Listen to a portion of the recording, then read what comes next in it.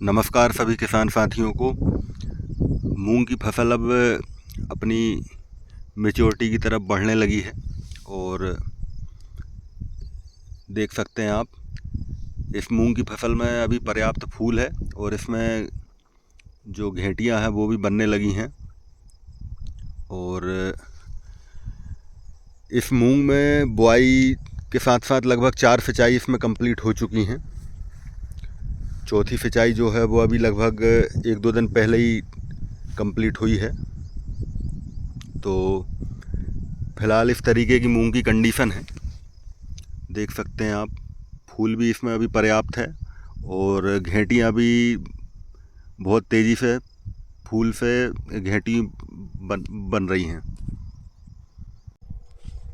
और आपको बता दें मूंग की ये जो वैरायटी है ये है पूसा 1431, जो कि लगभग 22 मार्च के लगभग इसकी बुआई हुई थी और आज लगभग इसको आज है 8 मई, तो लगभग 45-46 दिन के लगभग इसकी उम्र हो चुकी है।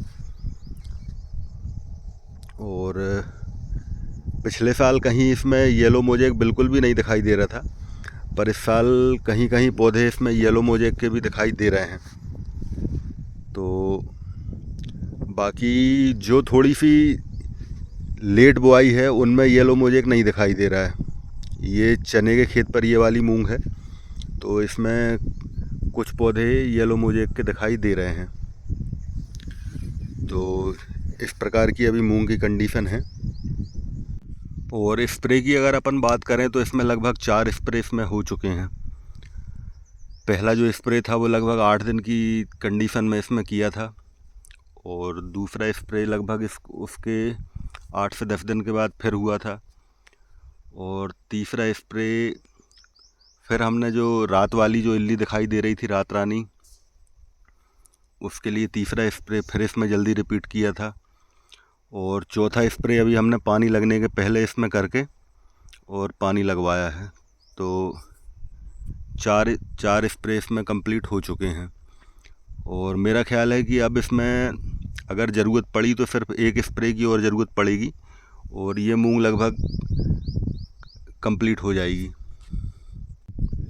तो इस प्रकार की हमारी मूंग की कंडीशन है। और इसमें शुरू में जब बुआई की थी, जब इसमें हर्बिसाइड बेलर 32 डाल के ही इसमें पानी लगवाया था और उसके बाद में फिर इसमें एक हर्बिसाइड और डाली थी। इसमें आयरस का स्प्रे फिर एक बार बाद में भी किया गया था। और ये जो मूंग की फसल है ये चने वाले खेत के ऊपर है, तो चने वाले खेत में मूंग का जो कहना चाहिए पिकअप रहता है वो अलग ही रहता है। गेहूं वाले खेतों में अभी इतनी हाइट भी नहीं है मूंग की और इस प्रकार की फसल से थोड़ी सी अभी दबी हुई है गेहूं वाले खेतों में। बाकी चने वाले खेतों में मूंग बहुत बेहतर है। तो फसल चक्र भी कहीं ना कहीं खेत को एनर्जी देने में काम तो करता है, क्योंकि काफ़ी समय से अपन धान गेहूं और मूंग का ही जो अपना पैटर्न है वही चल रहा था। काफ़ी समय बाद हमने इसमें चने लगाए थे, तो चने के बाद मूंग की फसल भी बहुत बेहतर है। मूंग की फसल में इस बार कई दवाइयों की टेस्टिंग की है, क्योंकि किसी भी दवाई का कोई लंबा रिजल्ट इस साल मिला नहीं है। जो क्लोरांट्रानिलिप्रोल कोराजन वाले जो भी टेक्निकल हैं उनका भी कोई लंबा रिजल्ट नहीं मिला। और ख़ासकर जो रात रानी है फार्ल आर्मी वर्म, उस पर उसका कोई भी असर नहीं है। आर्मी वर्म पर इफ़ेक्टिव है इंडोक्साकार प्लस नोवालुरान, जो प्लेथोरा और अडामा का आता है, और यूपीएल का नोवा कार्ब। इनका इफ़ेक्ट ज़रूर है। जहाँ पर इनका स्प्रे हुआ था वहाँ पर ये रात रानी इल्ली वहाँ पर दिखाई ही नहीं दी। तो और कुछ लोगों ने हमारे यहाँ पर बायो की एक करंट प्लस आती है, उसको भी जहाँ डाला है वहाँ पर भी रात रानी वहाँ पर भी नहीं दिखाई दी। तो इन दवाओं को अपन रात रानी के ऊपर इफ़ेक्टिव मान सकते हैं। रात रानी का अटैक हमारे यहाँ काफ़ी ज़ोर से हुआ था और एक बार तो ऐसा लग रहा था कि क्या पता इस बार मूंग की फसल बच पाएगी कि नहीं, पर धीरे धीरे दवाइयों से वो कंट्रोल हो गई है और अभी फ़िलहाल अब वो पूरी तरह कंट्रोल है और कहीं पर भी वो दिखाई नहीं दे रही है।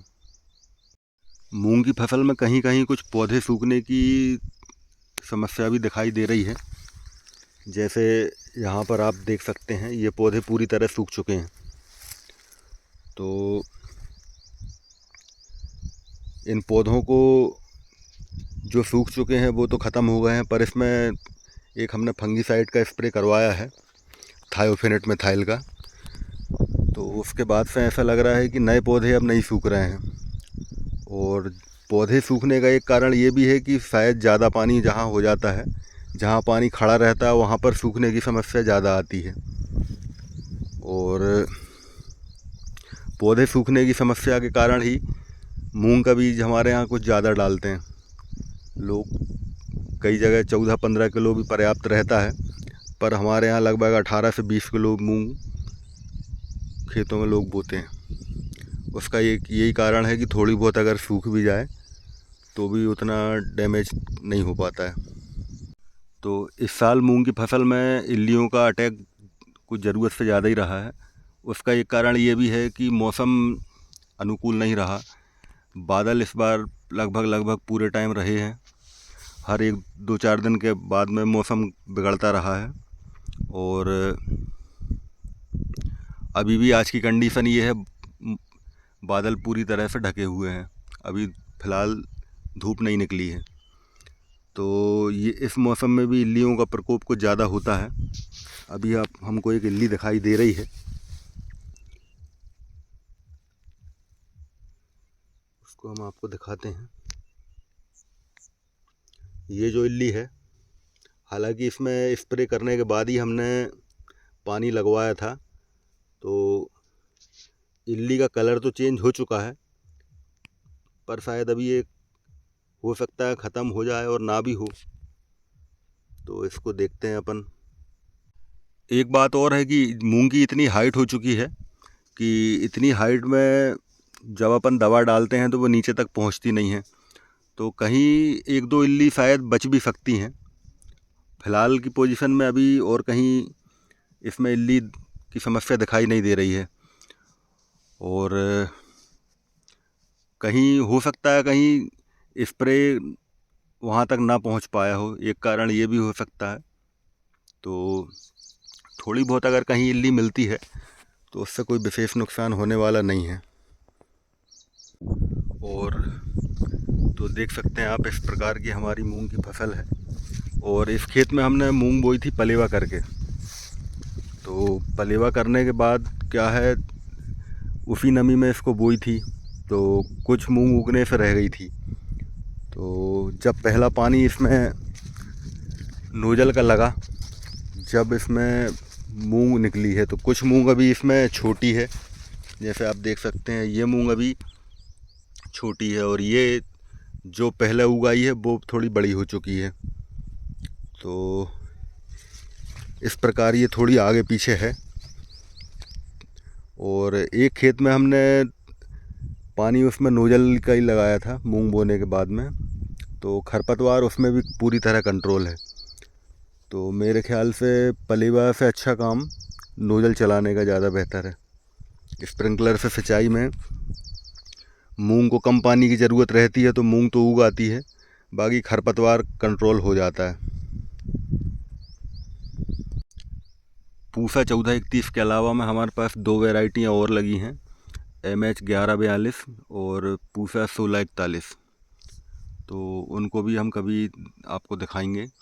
और किसान भाई बताएं उनके पास कौन कौन सी वैरायटियाँ लगी हैं और कौन सी वैरायटी उनको ज़्यादा बेहतर समझ में आ रही है, और किन दवाइयों का प्रयोग किया है और कौन सी दवाई से ज़्यादा अच्छे रिजल्ट मिले हैं। कृपया ये भी बताने की कृपा करें। धन्यवाद।